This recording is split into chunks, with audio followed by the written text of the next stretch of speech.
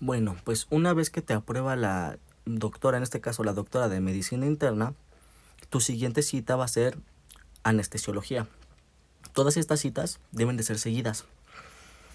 Tienes que ir, o sea, yo sé que algunas personas trabajan y tienen sus tiempos muy cortos, pero les recomiendo, si tienen la disponibilidad económica de hacerse los estudios por fuera, háganlos. Si no se sienten en la comodidad de que los hagan en la clínica, se los pueden hacer. Porque lo que es estudio de sangre, el Papá Nicolau, ultrasonidos, todo lo que tenga que ver con la revisión de su cuerpo, en esa clínica se los van a hacer. Eso sí, les aclaro mucho.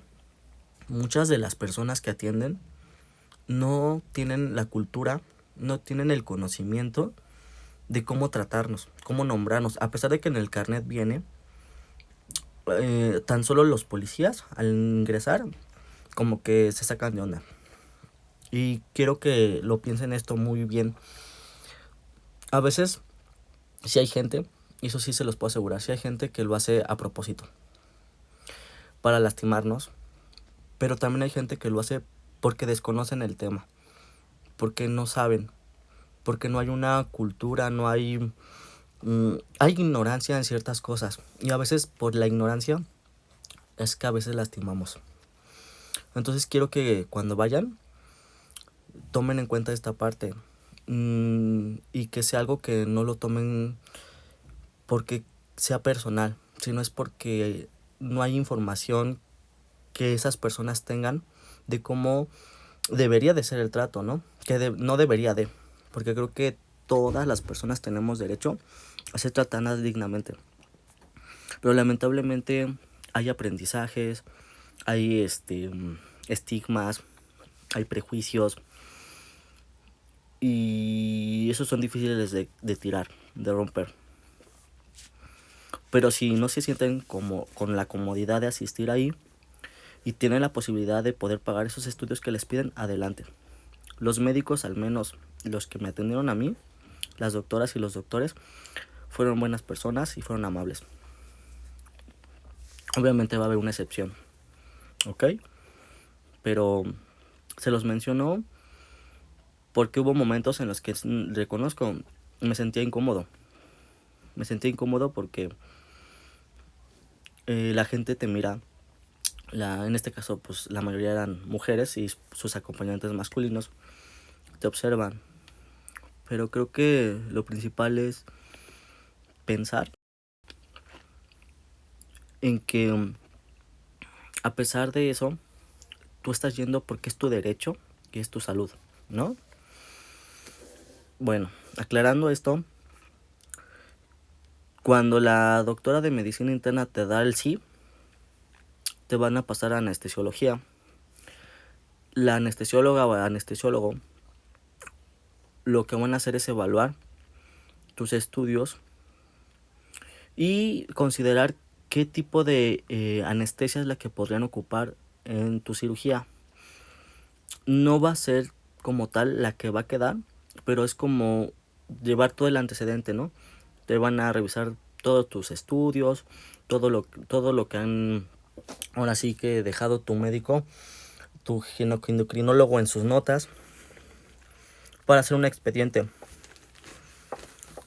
Entonces, si tú tienes todo bien, si no tienes ningún problema ahí en la salud, em, o saber si eres alérgico o alérgica a algo, pues pasa, ¿no? Y te dice, ¿sabes qué? Que todo está bien. Ahora vamos a la siguiente. En este caso es la paroscopía. Cuando yo entré a la paroscopía me revisaron y me dijeron que había dos opciones. Una era hacer la intervención por la paroscopía, que es una intervención menos invasiva, pero que iba a depender de la cavidad eh, de mi vagina, ¿no? ¿Por qué? Porque para poder hacer la intervención requieren de introducir un conito, no, ya olvidé el nombre, que va abajo para extirparla. Pero si tu cavidad es muy estrecha, no hay manera. Entonces los doctores me comentaban que por la cuestión de mi fisionomía era difícil que se pudiera hacer la intervención. Entonces lo que ellos decidieron, y les voy a leer tal cual lo que dice, cómo se llama, es hacerme una histerectomía total abdominal más salpingofarectomía bilateral. Es decir, y para términos generales, es una como tipo cesárea que implicaría más tiempo de recuperación y más doloroso, porque mi cuerpo no podía sostener la otra intervención. Y había dos opciones. Si hubiera sido por la laparoscopía, la cita para la cirugía hubiera sido en diciembre, el 2 de diciembre me parece. Pero como era este método, dijeron que tenían espacio. Entonces, el 31 me dijeron, te vamos a operar. Para el 2 ya era mi cirugía. Literal, así fue. Me dieron una hoja con indicaciones de cómo debería de venir preparado para la cirugía, ¿no?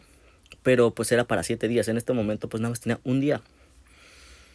Entonces lo único que podía hacer era en ese momento consumir los alimentos que me pedían para poder hacer la intervención. Estos alimentos puede que cambien dependiendo de tus estudios, pero casi siempre eran alimentos que no te producieran gases, hidratarte bien, no consumir obviamente ninguna sustancia, alcohol, cigarro, nada de eso, en esos días que tenía nada más. Y me dieron mi hoja de internamiento. Esa hoja ahorita pues obviamente nos la quitan, y a lo mejor mi error fue haberle no tomado foto. Pero en sí lo que la hoja de internamiento te dice es la hora en la que te tienes que internar, que es un día antes de tu cirugía. A mí me citaron a las 4, o sea, el 1 de noviembre a las 4. Que teníamos que venir acompañados, ya sea con una persona para que pueda recoger nuestras cosas que llevamos puestas.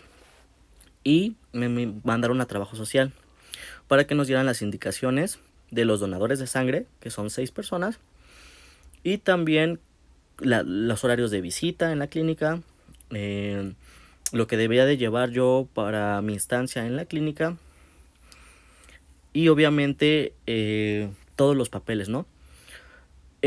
Aclaro, en anestesiología depende cómo tú vayas.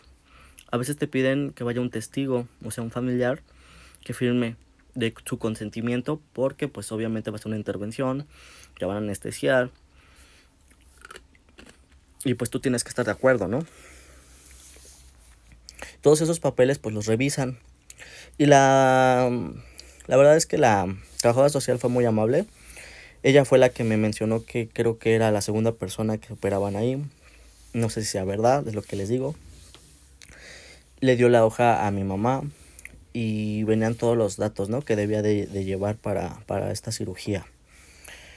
Y pues me deseó lo mejor, porque pues me dijo que al fin y al cabo la decisión que yo había tomado era bajo mi responsabilidad, sí, y porque yo lo quería y porque yo me sentía en la comodidad, ¿no?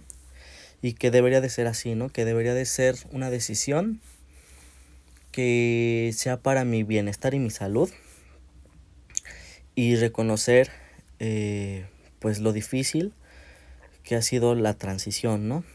Sea la edad que sea, creo que es un proceso difícil porque es romper con la estructura social, romper con los mandatos de género, el cómo deberías de ser, y a veces despedirte de gente que quisiste o amaste, ¿no? Porque primero está tu comodidad y tu reconocimiento interno, ¿no?